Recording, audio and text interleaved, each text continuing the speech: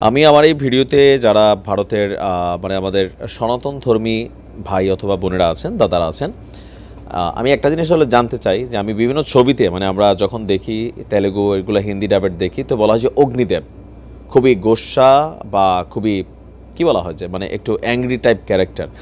তো আসলে এই অগ্নিদেবের ইস্যুটা কি, এই নামে আসলে কোন দেবতার অবতার হিসাব করা হয়, একটু কমেন্টে জানাবেন জানার জন্য। তো আমি আবারও বলি, আমার এই ভিডিওটা অনেকে দেখবেন।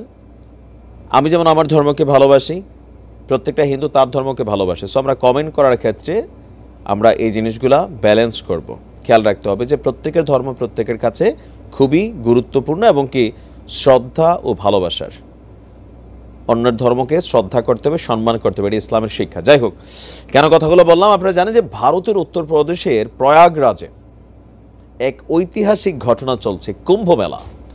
আর সেই কুম্ভ মেলায় প্রায় ৪৫ কোটি মানুষ একত্রিত হচ্ছে। কত কোটি?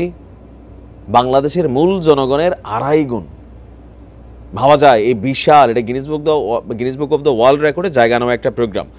তো সেই কুম্ভ মেলা হয় কি, আপনার ভারতে ছড়িয়ে ছিটিয়ে থাকা এই যে বিভিন্ন দেব দেবতা, ৩৩ কোটি দেব দেবতা, তাদের যারা অনুসারী আছেন, যারা বছরের পর বছর যজ্ঞ করেন, মানে আধ্যাত্মিক যারা ধর্মগুরু, তারা এখানে আসেন, গঙ্গাতে পুণ্য স্নান করেন। তো এই যে হিউজ ক্রাউড, সেই ক্রাউডের মধ্যেই গতকালকে ঘটছে একটা মারাত্মক দুর্ঘটনা। আমি যখন নিউজটা করছি, ভারতের উত্তরপ্রদেশের প্রয়াগরাজে কুম্ভ মেলায় আগুন লাগার ঘটনা ঘটেছে। জানা গেছে একটি তাঁবুতে সিলিন্ডার থেকে বিস্ফোরণের পর আগুনের সূত্রপাত হয়। তার মানে আমরা কি শিক্ষা নিলাম? ভারত এবং বাংলাদেশে সিলিন্ডারের মান মোটামুটি একই, আমাদেরও বিস্ফোরণ ঘটে, তাদেরও ঘটে। তো সেখান থেকে দ্রুত আগুন ছড়িয়ে পড়ে, মুহূর্তের মধ্যে ২০-২৫টি তাঁবু পড়ে ছাই হয়ে যায়। আর আগুন লাগার এই খবর ছড়াছড়ি হলে মুহূর্তের মধ্যেই জনতার আরেকটা রূপ আমরা দেখতে পাই। এটা বাংলাদেশেও ভয়ে আতঙ্কে যে বিশাল ক্রাউড, রাইটটাও এখানে ২.৫ থেকে ৩ কোটি মানুষ মানে আছে, ধাপে ধাপে তারা এখানে আসবে যাবে।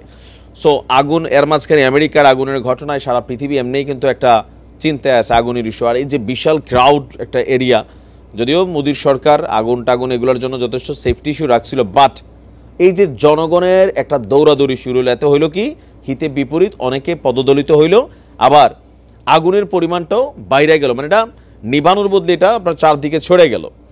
তো এই ঘটনায় পুরো মেলা আতঙ্ক ছড়িয়ে পড়ে।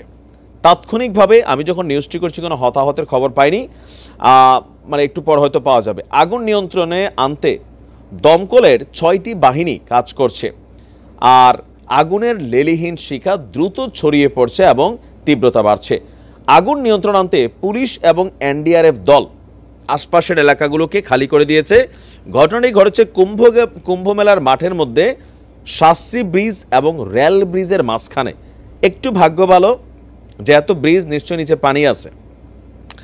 নিউজ 9 বলছে মেলার ৫ম নম্বর সেক্টর থেকে শুরু হওয়া আগুন ধীরে ধীরে ১৯-২০ নম্বর সেক্টর পর্যন্ত ছড়িয়ে পড়েছে এবং প্রবল বাতাসের কারণে আগুন দ্রুত আশেপাশের এলাকাগুলোতে মানে তাঁবুগুলোতে ছড়িয়ে পড়েছে। আগুন নিভানোর জন্য সর্বোচ্চ চেষ্টা করছে অথরিটি। দর্শক, গত জানুয়ারির ১৩ তারিখ থেকে মহাকুম্ভ মেলা শুরু হয়েছে। মেলাটি চলবে ২৬শে ফেব্রুয়ারি পর্যন্ত। আর এই মেলাটির একটা ঐতিহ্য হচ্ছে এটি প্রতি ১২ বছর পর পর আয়োজিত হয়। এবছর যমুনা নদীর তীরে এই মেলার আনুষ্ঠানিক উদ্বোধন করেন ভারতের শিল্পমন্ত্রী নন্দগোপাল গুপ্ত নন্দী। তো আমরা যখন নিউজটা করছি তখন আগুন জ্বলছে। আমি জানি না যে এ পর্যন্ত ক্ষয়ক্ষতি, হতাহতের অবস্থা কি, হয়তো আমরা আরও ঘন্টা খানেক পরে বা আগুন পরিস্থিতি নিয়ন্ত্রণে আসলে আমরা হয়তো জানতে পারবো। তো সাবধানে থাকবেন। এইসব জায়গায় অনেকে আছেন বিড়ি টিড়ি খান, ঠুস করে আগুন জ্বালাই দেন, আবার গাজারাজাও খান, এসব মেলা টেলার মধ্যে এগুলো চলে ভালো।